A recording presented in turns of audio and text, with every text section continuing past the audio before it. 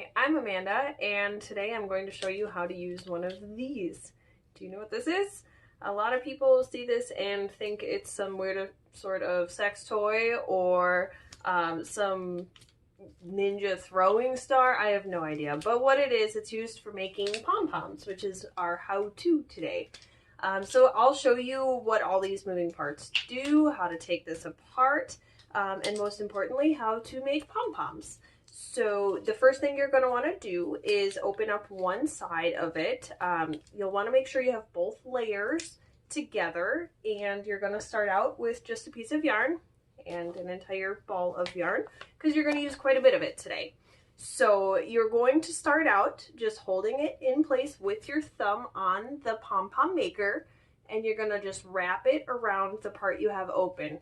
Doesn't matter which way you go around it, just as long as you're going around it and going around it a lot. My typical rule of thumb is once I think I have enough on here, I will go back over and put an entire another layer down. So I'm just going to start wrapping quickly.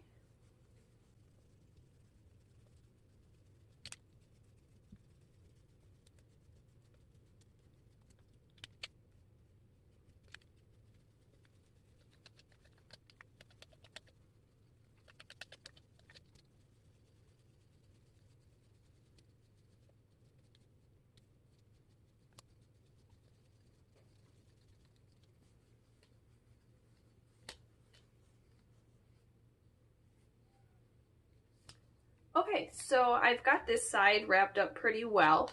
You'll notice that I ended on the part that is not attached to the rest of the maker. The reason I do that is because we're going to need to continue over to the other side. Now I do want you to recognize that we did go over this a couple of times so that it's nice and thick. You'll want it to kind of fill that space in between these white portions when you're done with it. So we're going to go ahead and continue on the other side. This is going to be one half of your pom-pom. The other half will be on the other side, so you're going to want to kind of keep them the same thickness.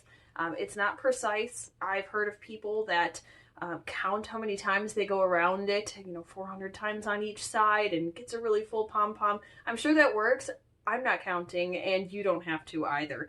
Just continue your string over. There's, again, no rocket scientist needs to do this. Anybody can make a pom-pom. Just continue it over to the other side and start wrapping. I'm going to go fast again. You won't be able to keep up, but that's okay. You can do this. Just pause it, and let's get this going.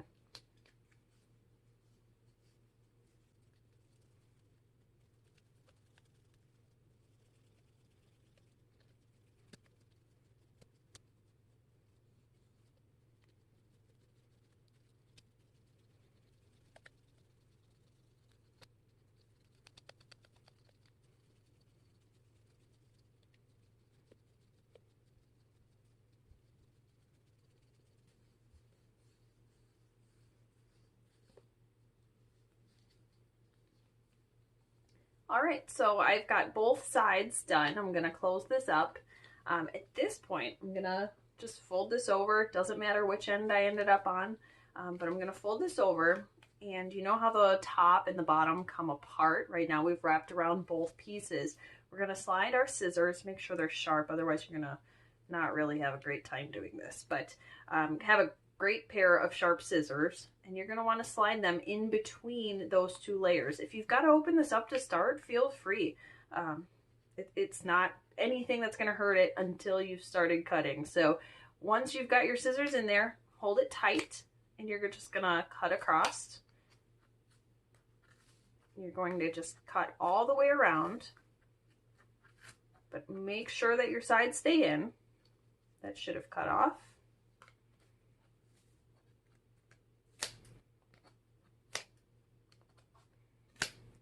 Once you've done one side, hold it shut and do the other side.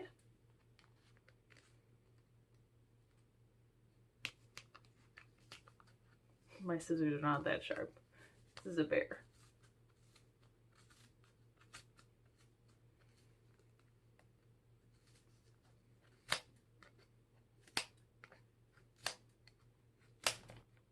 All right, so I've cut all the way around. Kind of looks like an Oreo. We're gonna leave this together right now. And I'm going to cut a length of the yarn that I used for that pom-pom. I'm going to double this over. A lot of people don't do this, and it does end up being more ends you have to sew in after you put this on whatever the heck you're putting it on. But I like that I don't have to worry about my yarn breaking while I'm tying my pom-pom. So I've got my pom-pom maker, and in between, right where I put those scissors, I'm going to put that yarn around my pom-pom, and I'm going to pull it as tight as I can into a knot. So I'm just going to tie this and pull it as tight as I can. And you'll notice your yarn sinks in as you do this. It's not going to be sticking out as far as it did because it's getting pulled around that little stick in the center. So I'm going to pull this nice and tight. Another step a lot of people don't take, but I find it helps to secure my pom-poms. I am then going to wrap this around again, flip this upside down, pull it, and I'm going to tie it again in the opposite direction. That's just going to kind of make sure that everything stays tight and your pom-pom doesn't fall apart. And then I'm going to double knot that in the same direction. I'm not going to go around it again. I'm just going to double knot it.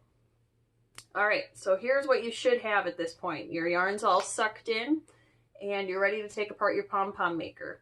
So delicately, you don't have to be delicate, I'm joking.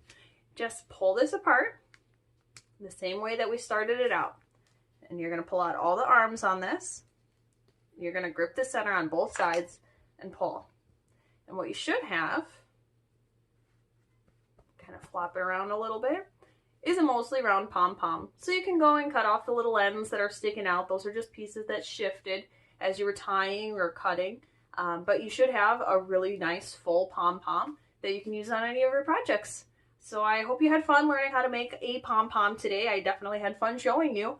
Stay tuned. On Tuesdays, we're going to be doing a lot more things like this. I'll show you little tricks and tips and fun things to make. So make sure to stop by next week. Thanks.